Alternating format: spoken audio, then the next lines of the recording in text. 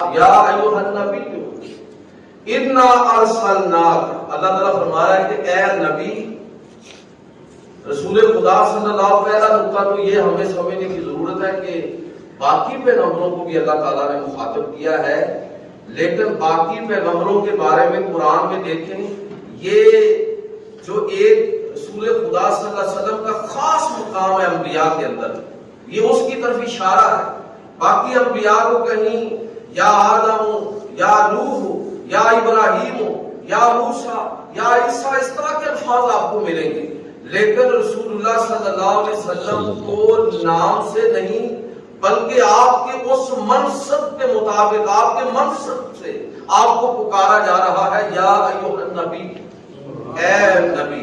اور کبھی کہا جا رہا ہے یا ایھا المزمل، کبھی یا ایھا المدثر، کبھی یاسین، کبھی طٰہٰ۔ یہ رسول خدا صلی اللہ علیہ وسلم کو اللہ کے پکارنے کا انداز اور خوبصورت انداز ہے۔ تو ان الفاظ کے ساتھ اس آیت کا آغاز ہو رہا ہے، یا ایھا النبی، اے نبی، اے پیارے نبی صلی اللہ علیہ وسلم، انا ارسلناک۔ اب یہ خطاب ہماری طرف ہو گیا، پہلے نبی صلی اللہ علیہ وسلم کی طرف ہے، اب خطاب مجھے اور آپ کو، صحابہ کرام کو، قیامت تک آنے والے مسلمانوں کو ہے۔ وہ خطاب کیا ہے کہ انا ارسلناک، ہم بھیج رہے ہیں، اے پیغمبر صلی اللہ علیہ وسلم ہم بھیج رہے ہیں۔ حضور خود نہیں آ رہے، اللہ تعالیٰ بھیج رہا ہے۔ اور کون بھیجنے والا ہے؟ کائنات کا خالق اور مالک، اور وہ اعلان فرما رہا ہے کہ میں بھیج رہا ہوں۔ آپ مجھے یہ بتائیے کہ جب اتنی بڑی ذات جو ہر چیز کی مالک ہے، خالق ہے، تمام اختیارات رکھنے والی ہے، ساری کائنات کا ذرہ ذرہ اس کی مخلوق ہے، اس کی ابدیت کے اندر اپنے آپ کو مشغول کرنا فخر سمجھتی ہے، جب وہ ذات یہ اعلان کرے کہ میں بھیج رہا ہوں تمہاری طرف، استقبال بنتا ہے کہ نہیں بنتا؟ آپ مجھے یہ بتائیے کہ اگر کوئی کسی ملک کا سفیر اور نمائندہ کسی دوسرے ملک کی طرف جا رہا ہو، اپنے ملک کے قانون کے مطابق ساری دستاویزات ساتھ لے کر دوسرے ملک میں پہنچ رہا ہو کہ میں اس ملک کا نمائندہ، یہ میری دستاویزات ہیں، تو آگے سے پھر آپ یہ بتائیے کہ کوئی کسی کی جرت ہے کہ اس کی دستاویزات کو جھٹلائے، اس کا استقبال کرنے سے انکار کر دے، اس کا پروٹوکول کرنے سے انکار کر دے؟ یہ سفیروں کے بارے میں جو اصول اور قانون ہے، تو میں کہتا ہوں کہ اللہ کے اس کائنات کے اندر سب سے بڑے سفیر اور سب سے بڑے نمائندے محمد رسول اللہ۔ اللہ اکبر، یا رسول اللہ، زندہ باد۔ آپ ذرا دیکھیے کہ اللہ تعالیٰ وہ ہم سے مخاطب ہونا چاہتا ہے، ہم اس کے بندے ہیں، ہم سے بات کرنا چاہتا ہے، لیکن ہماری تو یہ اوقات ہی نہیں ہے کہ ہم اللہ سے گفتگو کر سکیں۔ اللہ سے، اپنے رب سے اگر کوئی بات ہمیں الجھن میں ڈالے تو ہم اپنے رب سے سوال کر سکیں، بھئی اللہ کا کلام، اللہ کی بات، بلکہ کہہ لیجیے کہ کوئی بھی کلام اور بات، اس کو سمجھنے کے 3 بنیادی اصول ہیں۔ آپ تب اس بات کو سمجھ سکتے ہیں اگر آپ وہ زبان جانتے ہیں۔ اگر آپ زبان نہیں جانتے تو آپ کو کیا سمجھ آئے گی؟ ہم پنجابی اردو ہیں، ہمارے ساتھ کوئی انگریزی میں بات کرے، عربی میں بات کرے، چائنی میں بات کرے تو ہمارے لیے مشکل ہوگی، بس اوقات بالکل کچھ سمجھ نہیں آئے گا۔ ضروری ہے کہ وہ زبان آتی ہے۔ آگے چلیے، صرف زبان کافی نہیں ہے، اگر کسی جگہ پر مشکل پیش آئے تو ہم صاحب کلام سے اس بات کا مفہوم سمجھ سکیں۔